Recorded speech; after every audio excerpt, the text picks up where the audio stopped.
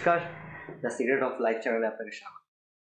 আজকে আমাদের বিষয় হচ্ছে চন্দ্রমা। চন্দ্রমা কি? চন্দ্রমা পদার্থ হিসাবে তো তরলকে ধরা হয়, আর এছাড়া ক্যারেক্টারগত দিক থেকে চন্দ্রমা হলো চঞ্চল।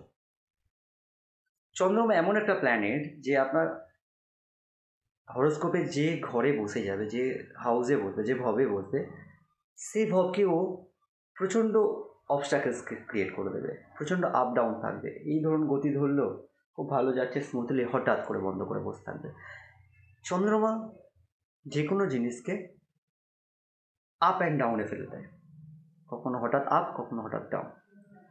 তো আমরা উইথাউট কোনো স্টোন, উইথাউট কোনো নিয়ম কিছু না ফলো করে ব্যবহারিক জীবনের পরিবর্তনের মাধ্যমে কী করে প্ল্যানেটকে অ্যালাইন করব, সেটা নিয়ে আমাদের ডিসকাশন।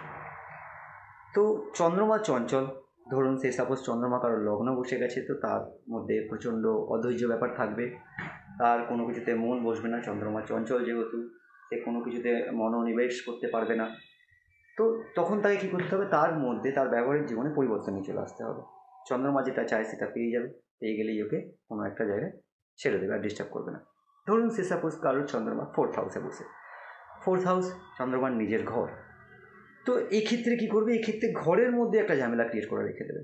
যদি কোনো রকম পরিবর্তন না হয়, ঘর একটা বিচ্ছিরি ব্যাপার লাগবে, ঘরে ঢুকতে ইচ্ছা করবে না, বাইরেই থাকতে ইচ্ছা করবে, বিভিন্ন রকম ঘরের মধ্যে প্রবলেম ক্রিয়েট করবে।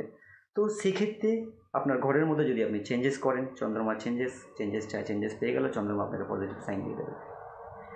ধরে নিন চন্দ্রমা আপনার 7th হাউসে বসে, মুন প্লেসড হয়েছে আপনার 7th হাউসে। 7th হাউস কার ঘর? পার্টনারের ঘর, বিবাহের ঘর, ব্যবসার ঘর। তো পার্টনার যে আপনার হবে না, 7th হাউসে যাদের চন্দ্রমা বসে আছে, তার পার্টনারকে নিজের লুকের মধ্যে মাঝে মাঝে চেঞ্জ করতে হবে, নাহলে আপনার পার্টনারশিপে প্রবলেম হয়ে যাবে, মনোমালিন্য শুরু হয়ে যাবে আপনাদের মধ্যে। ধরুন কারোর চন্দ্রমা বসে আছে 10th হাউসে।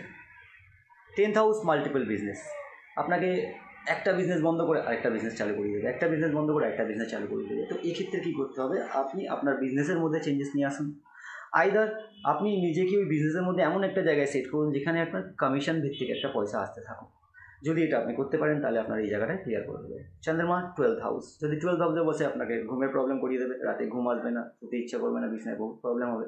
সেক্ষেত্রে আপনাকে কী করতে হবে, বেডের যে প্লেসমেন্ট আছে আপনার ঘরে, আপনি যে বিছনায় শুন, সেই বিছনার মধ্যে চেঞ্জেস করুন, সেই বেডের প্লেসমেন্টকে চেঞ্জেস করুন, তাহলে চন্দ্রমা আপনার অ্যালাইন হয়ে যাবে। এই হাউসগুলো থেকে নেগেটিভ যে প্রবলেমগুলো দিচ্ছে, বা যে কোনো হাউস থেকে চন্দ্রমা যদি নেগেটিভ কিছু দেয়, সেটা অ্যালাইন হয়ে যাবে। এছাড়া যেটা করবেন সেটা হচ্ছে জল অপচয় করবেন না। জল অপচয় চন্দ্রমাকে নষ্ট করে দেয়, নেগেটিভ করে দেয়। আর রাতে যতটা পারবেন না জেগে থাকার চেষ্টা করবেন, রাত জাগলেও চন্দ্রমা নেগেটিভ হয়ে যায়। থ্যাংক ইউ, আবার দেখা হবে দ্য সিক্রেট অফ লাইফে।